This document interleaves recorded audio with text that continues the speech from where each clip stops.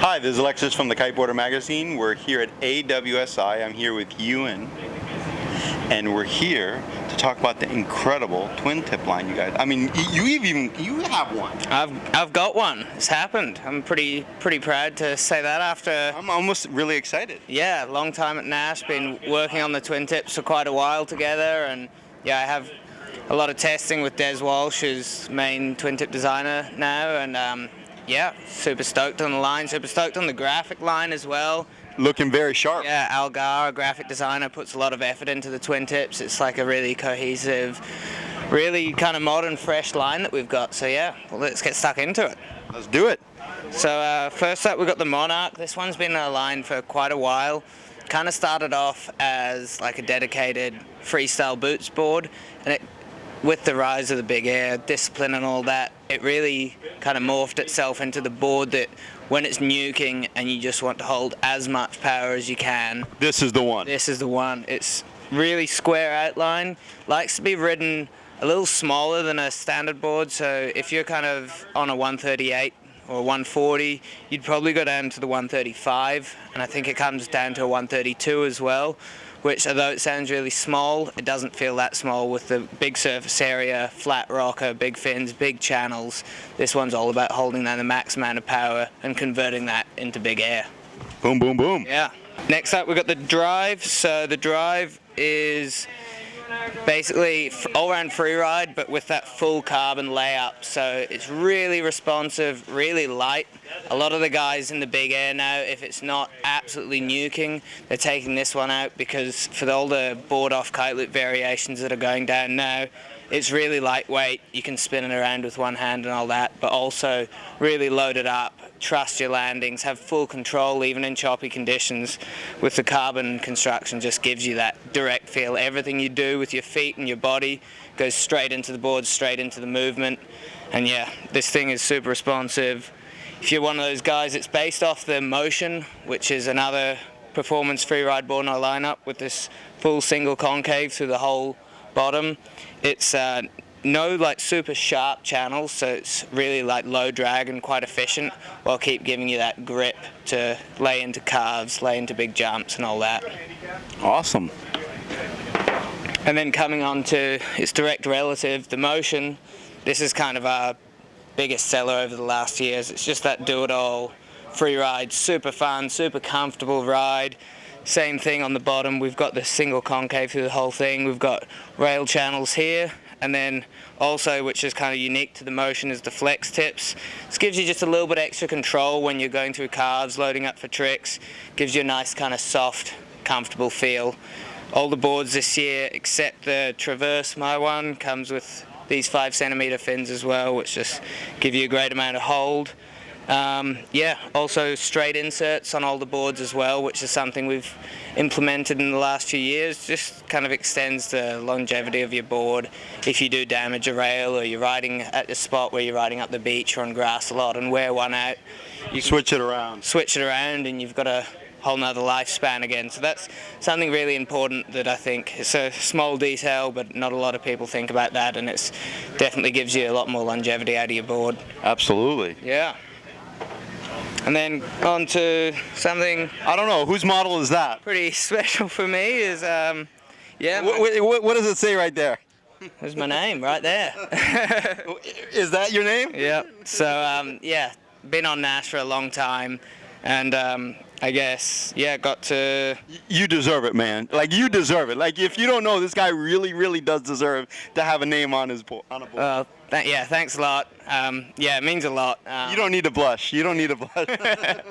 But, yeah, so I had a lot of design input into this. I kind of learnt the programs and stuff to make the rough outlines and designs and channel layouts, and took us quite a while to figure out what we wanted, but I wanted something really different in the lineup. A lot of kiteboards across the whole industry always fit into a box of like between 138 and 142 by 42, 43 wide, and that's pretty much it.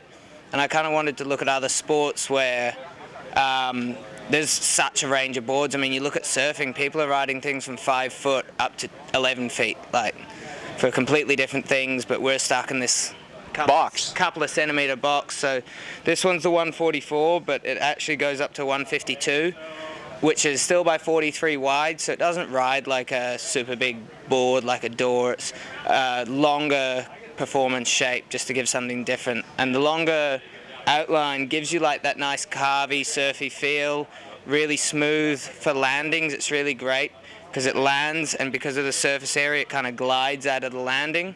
So you don't come down super hard. Got a pretty simple bottom to it. We do have a little concave in the tips, just for a little control in the tips, and then a light channel along the rail here. Also comes with specialized fins for the board, which kind of follow the design of the board, longer.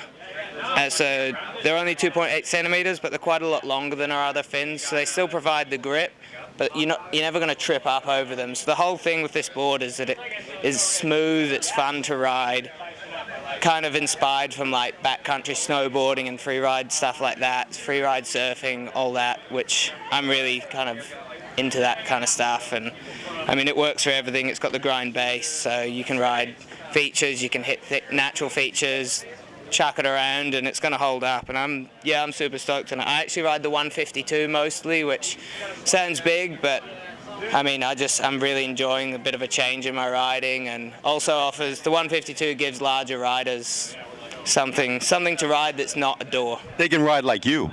They can. It's not that hard. You heard it from him. You heard it from him. If you buy his board, you will ride like him. That's it, guaranteed. And then we've got the standard Traverse, which is the same outline and everything. It comes with the bigger fins, and it doesn't have a grind base, and it's a little flexier, a little different glass layup and all that. But the same thing, it's like a comfortable freeride board, great and chop, great for bigger riders.